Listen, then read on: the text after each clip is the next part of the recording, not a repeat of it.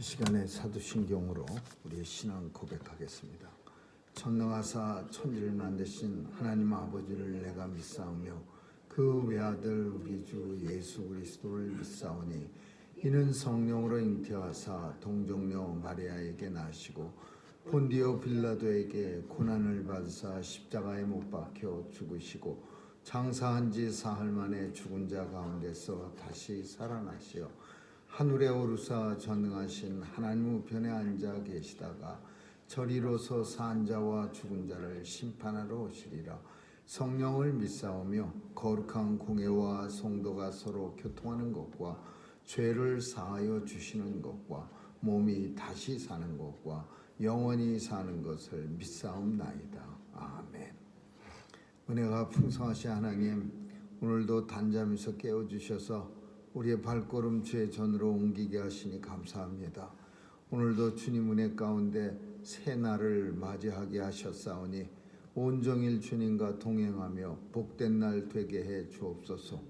오늘도 우리에게 주어진 많은 문제와 일들을 하나님이 주신 지혜와 능력 가지고 잘 감당하며 주님께 영광 돌려드리는 귀한 날 될 수 있도록 주님 도와주시옵소서. 하나님 죄 백성들 건강하게 지켜주시고 오늘도 하나님 나라 위해서 수고의 땀 흘릴 때 지치지 않게 하나님 함께하여 주옵소서. 우리의 자녀들 보호해 주시고 마음껏 세상에 나가 하나님 나라 위하여 일할 수 있도록 도와주시고 하나님 그 마음 가운데 믿음 더해 주옵소서. 오늘도 온 세상을 주관하시는 하나님의 통치가 땅끝까지 나타나 하나님 나라가 이루어가는 역사가 있게 하여 주옵소서. 전쟁터도 지켜주시고 또 병상도 지켜주셔서 하나님 은혜 가운데 온 세상이 평강을 누리며 살게 해 주옵소서. 생명의 위협을 느끼며 하나님 오늘도 복음 전하는 귀중한 선교사님들 많이 있습니다. 도와주셔서 저들의 사역을 통해 복음이 땅끝까지 증거되게 하시고 또 예수님 약속하신 그날 속히 도래하게 하여 주옵소서. 오늘도 하나님의 자녀들이 어디서 무엇하든지 서 있는 자리가 성전됨을 깨달아 거룩한 삶 살 수 있도록 그 마음에 정결함을 주옵소서. 오늘 하루도 주님 손길에 의탁하며 예수님 이름으로 기도합니다. 아멘. 우리 찬양 492장 부르시겠습니다. 492장입니다.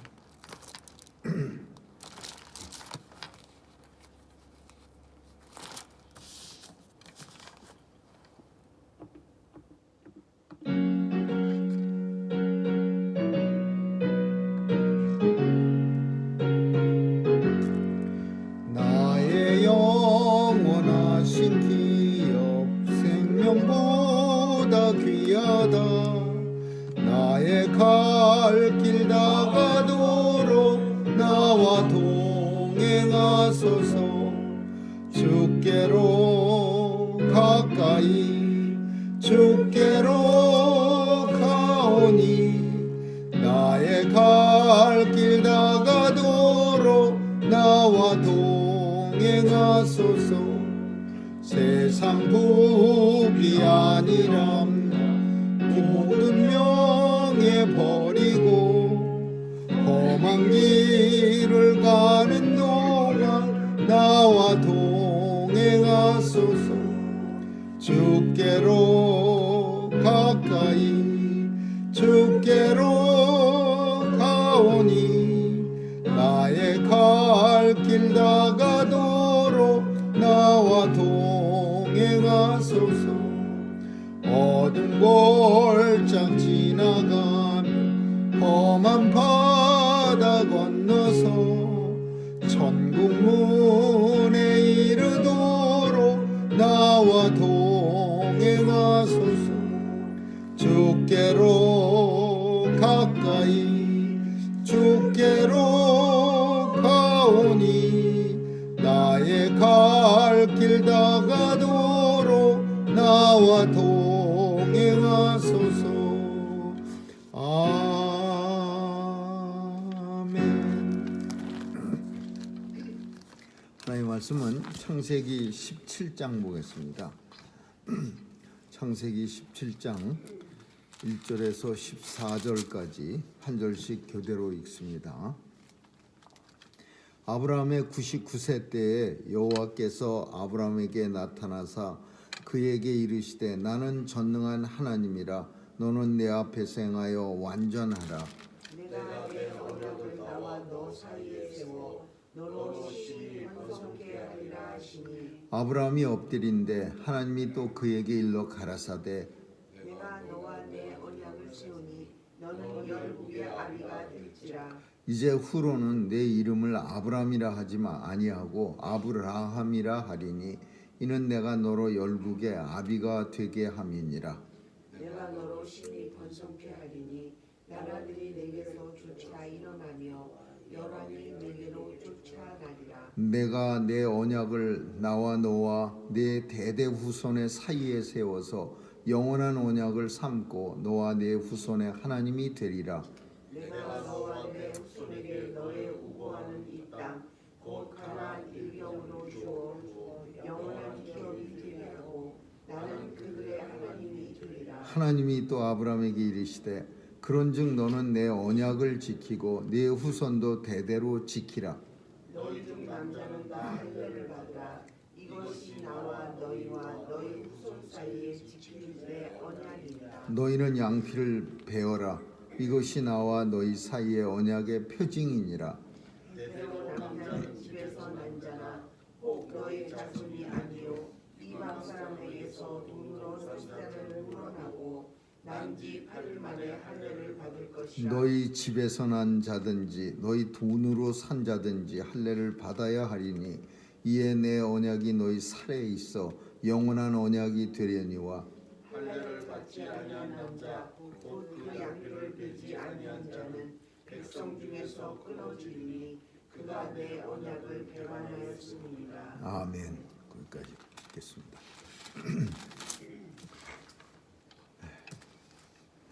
약속을 받은 지 벌써 15년이 됐습니다. 75살에 아브라함은 무슨 약속을 받았느냐 하면 자손이 바닷가의 모래알 같고 하늘의 뭇별같이 엄청 많아질 거라는 그런 하나님의 약속을 받습니다. 그리고 가나안 땅이 영원한 자손과 후손에게 줘서 이스라엘 백성들이 거할 땅이 내게 주리라 이런 약속을 받습니다. 근데 15년이 지났습니다.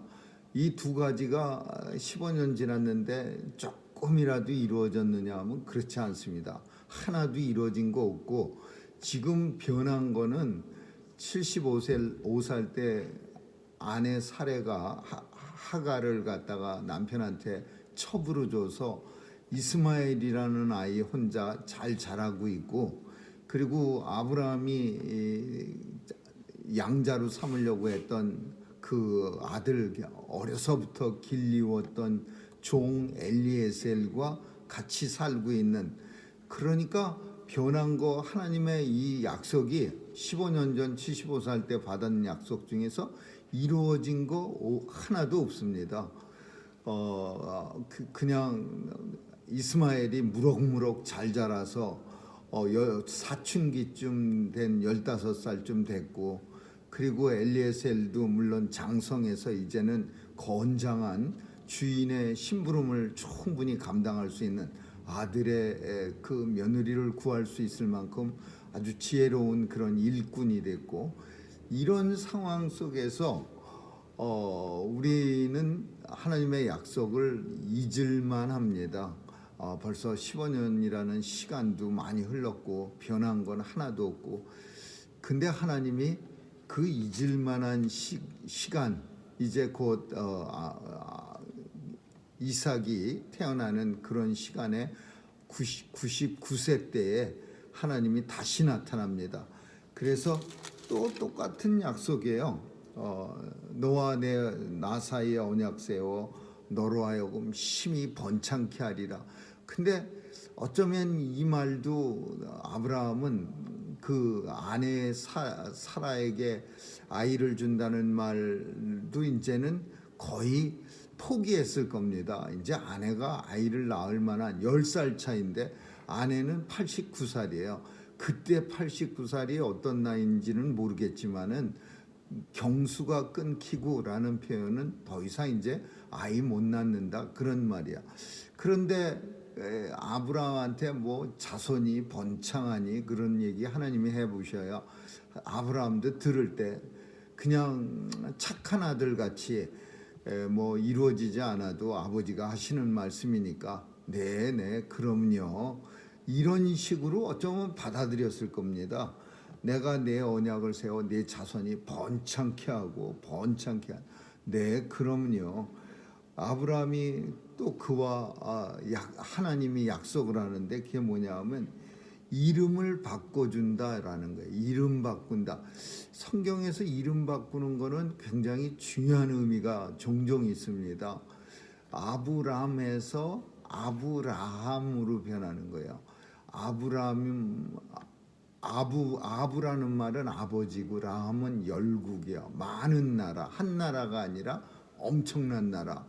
그러니까 한 나라의 아버지, 한 가정의 아버지가 아니라 아브라함이 아니라 아브라함, 복수, 많은 가정의 아버지, 많은 나라, 열국의 아버지가 되게 하리라. 그리고 사라라는 뜻도 이제 사라도 이름 바꿔주는데 사라는 왕비, 그냥 가정에서 최고 높은 엄마, 왕비. 근데 사레는 열국의 어머니야. 많은 사람들의 만국의 어머니. 그러니까 이렇게 바꿔주는 거는 왜 바꿔주냐? 자손이 어마무시하게 많아질 거라는 거를 미리 약속해 주시는 거야. 이름은 아브라함으로 바꿔놓고 하나님이 자손 하나도 없게 첩에서 난 아들 하나 댕그라니 있게 그렇게 만들어 놓지는 않으실 겁니다. 그래서 하나님이 지금 뭘 의도하고 있는지 본문 속에서 우리에게 보여지는 거는 아브라함에게 확신을 주고 있는 거예요. 확신을 주고 있는 거예요. 내가 너 자손 번창케 하리라 그러니까 아브라함이 속으로 뭐 이제 번창 안 해도 괜찮습니다. 예, 번창케 해주시면 더욱 좋고요. 뭐 이 정도인데 그런데 이름을 바꿨다?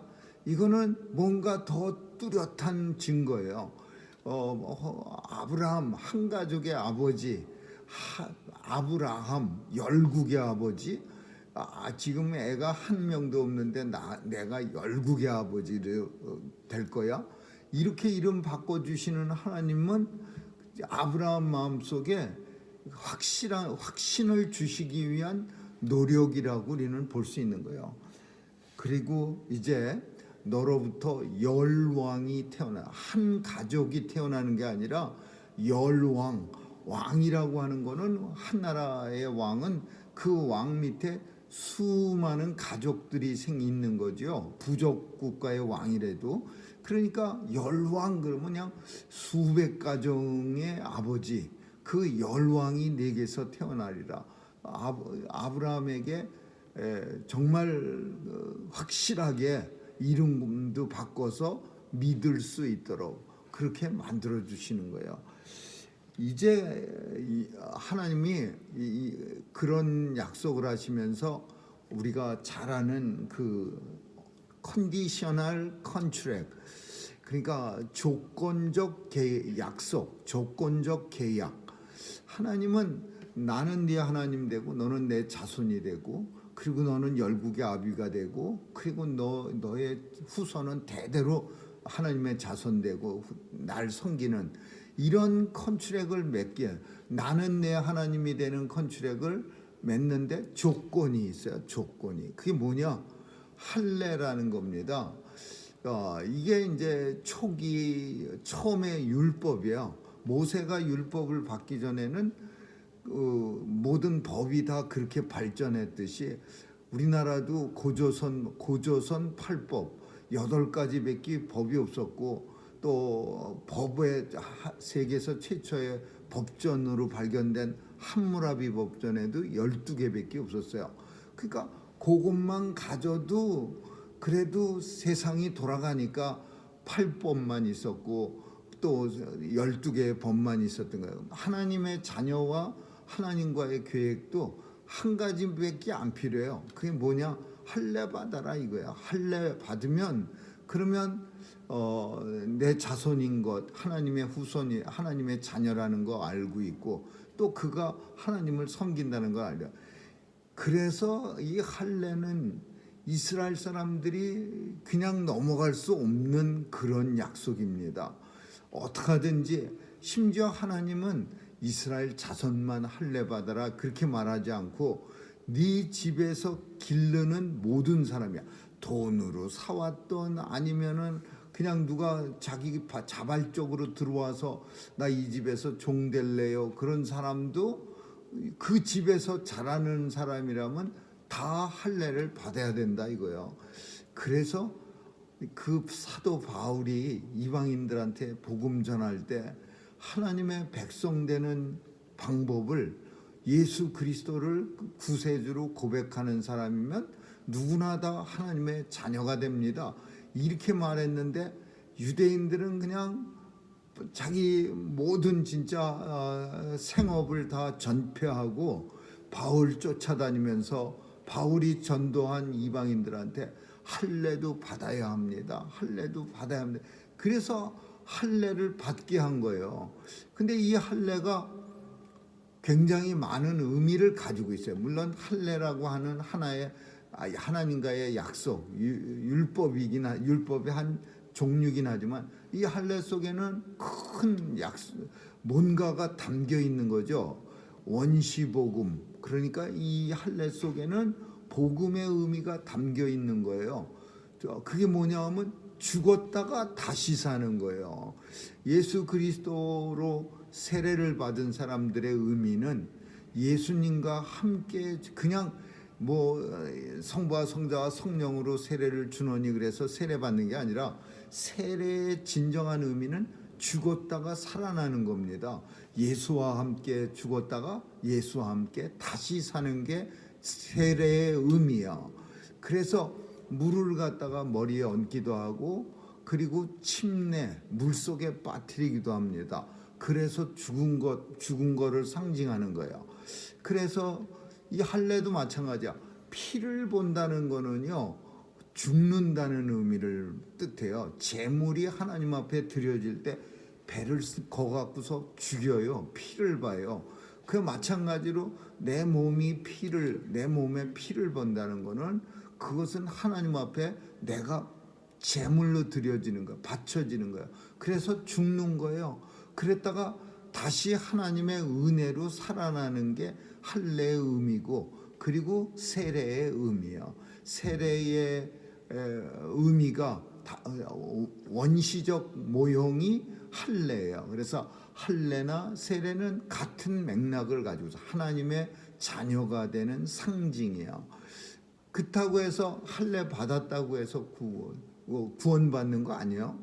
그렇다고 해서 세례 받았다고 해서 구원받는 거 아닙니다. 세례 받았다. 세례는 하나님의 자녀가 됐다는 상징성을 가지고 있는 거지 세례가 구원을 보장해 주는 방편이 되는 거 아니에요. 할례 받았다고 해서 하나님 백성이네 그거 아니에요. 할례 받았다는 거는 하나님의 자녀가 되는 자녀가 되었다는 상징성을 가지고 있는 거야.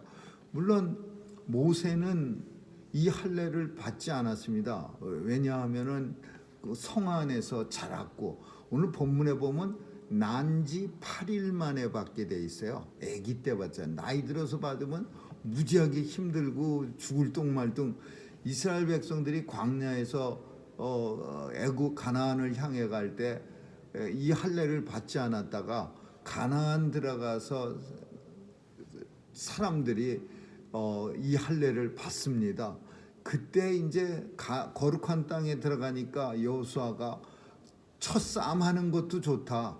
그러나 우리는 전쟁보다 먼저 적들이 이렇게 내려다보고 있는데 거기에서 할례를 받습니다.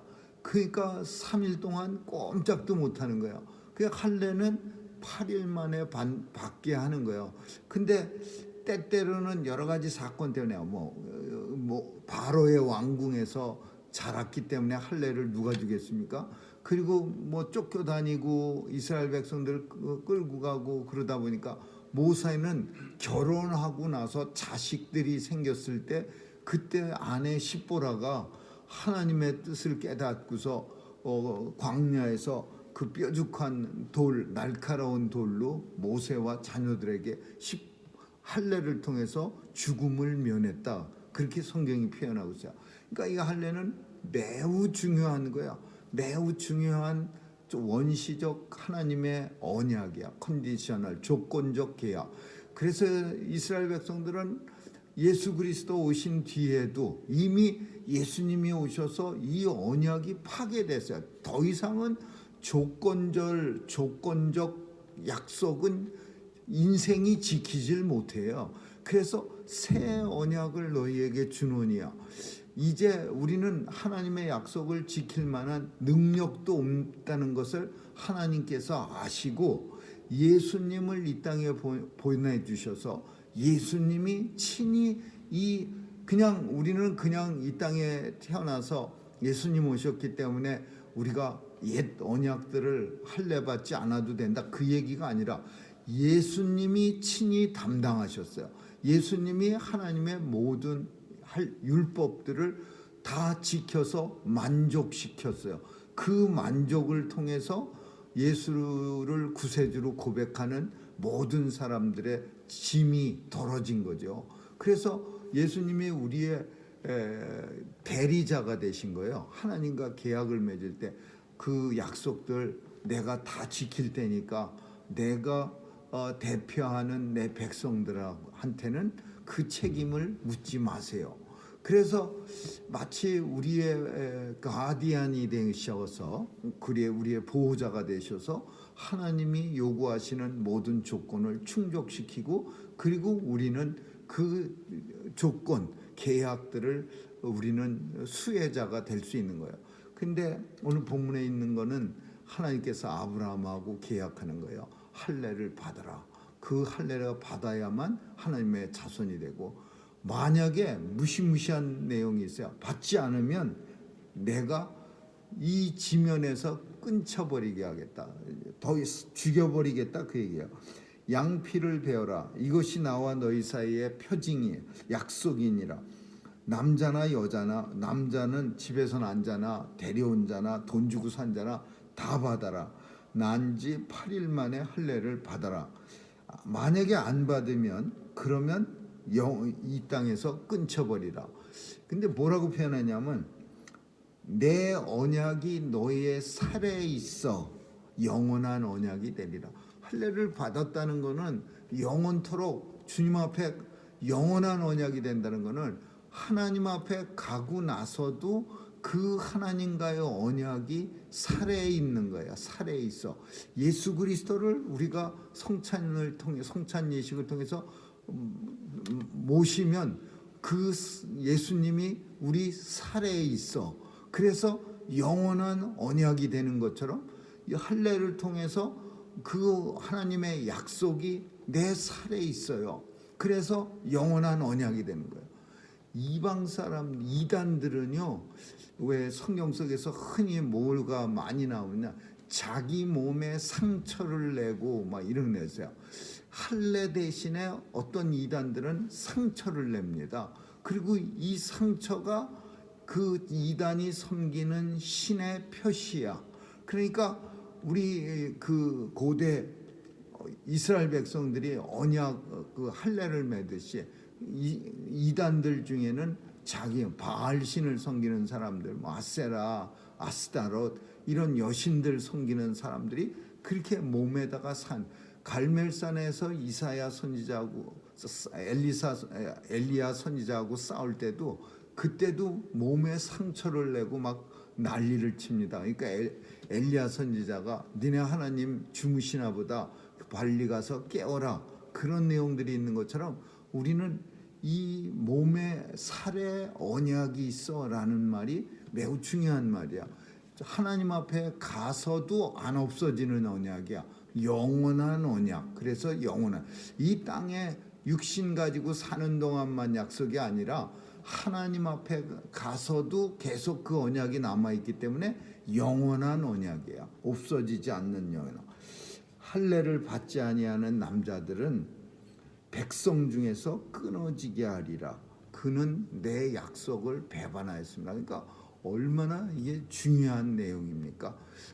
아내 사라에게도 나타나서, 사레에게도 나타나서 사라라는 이 아브라함과 똑같은 의미의 만국의 아버지, 만국의 어머니, 한 가정의 어머니, 왕비가 아니라 이제 만국의 어머니가 되고, 한 부족의 아버지 아브람이 아니라 라함, 많은 부족의 아버지가 되는 거죠. 이래서 이제 하나님은 왜 이런 약속 자꾸 주느냐? 이제 곧 이삭이 태어납니다. 이삭이 이제 아브라함 100세 때에 태어나죠. 99세 때인데 지금이 100세 때에 태어나. 근데 지금 15년 됐기 때문에 지금 이 상태에서 약속이 다 흐지부지 됐어요. 이스마엘을 보면서 어쩌면 아이고 내 아들 튼튼하게 자라네, 고맙네, 하갈의 몸에서 난 아들이라도 그건 내 아들이지, 얼마나 그 정이 들었을까 그런 생각이야. 15살 됐어요. 그러면 사춘기라 좀 얄밉기도 하겠지만 15년 동안 같이 한 텐트에서 같이 살았으면은 이제 아브라함은 필요한 게 별로 없어요. 이제 저걸로 아들 삼으면 돼. 이제 안 주셔도 됩니다. 어쩌면 마음속으로 그런 생각하자. 그 약속 벌써 지킨 걸로 해드릴게요.